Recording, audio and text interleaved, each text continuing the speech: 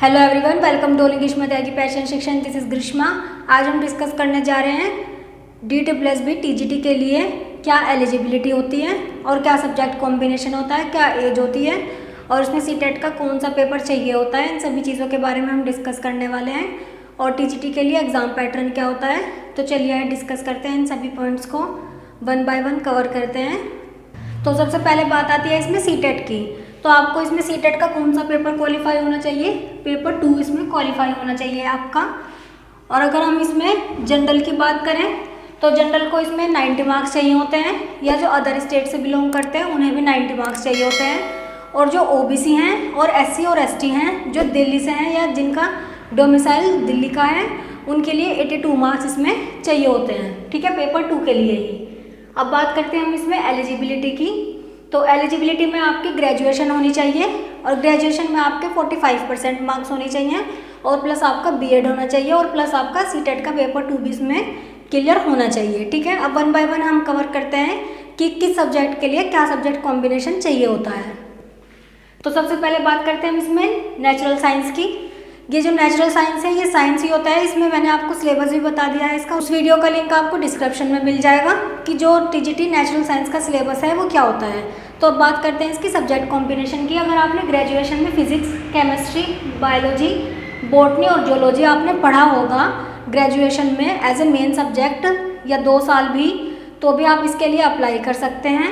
या आपने BSc honours या ग्रेजुएशन ऑनर्स कुछ किया होना चाहिए, ठीक है।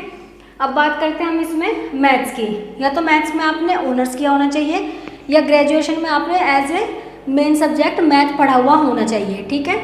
अब बात करते हैं हम इसमें सोशल साइंस की कि TGT सोशल साइंस के लिए आपको क्या क्या कॉम्बिनेशन होना चाहिए, ठीक है।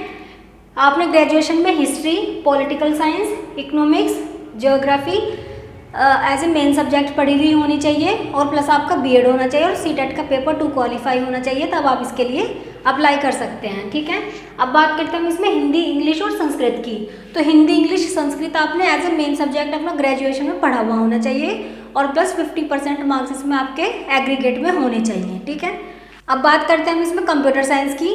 तो कंप्यूटर साइंस में आपको BC किया होना चाहिए ग्रेजुएशन में, या BTech या BE किया होना चाहिए कंप्यूटर साइंस में।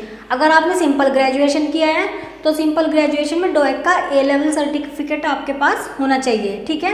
तो यही सभी क्या होती है इसकी एलिजिबिलिटी होती है कि जिसके लिए आप इसमें अप्लाई कर सकते हैं। आई होप आपको समझ आ गई हो कि अब इसमें देखते हैं हम एज कितनी चाहिए होती है।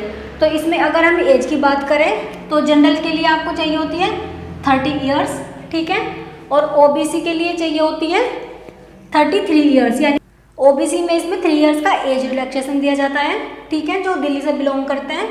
और ST के लिए इसमें दिया जाता है एज रिलैक्सेशन 5 साल का, ठीक है। तो जनरल की एज कितनी होनी चाहिए इसमें 30 साल, ठीक है। 30 ईयर्स इसमें जनरल की एज होनी चाहिए। अगर आप दिल्ली से हैं और जनरल कैंडिडेट हैं तो आपके 30 ईयर्स इसमें मैक्सिमम एज होनी चाहिए।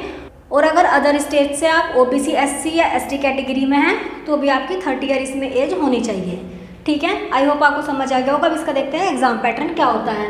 तो एग्जाम पैटर्न की बात करें हम इसमें तो टोटल मार्क्स होते हैं इसमें 200 मार्क्स होते हैं। और टाइम की बात करें तो 2 आवर्स इसमें दिया जाता है। और निगेटिव मार्किंग की बात करें तो 1/4 इसमें निगेटिव मार्किंग होती है, ठीक है।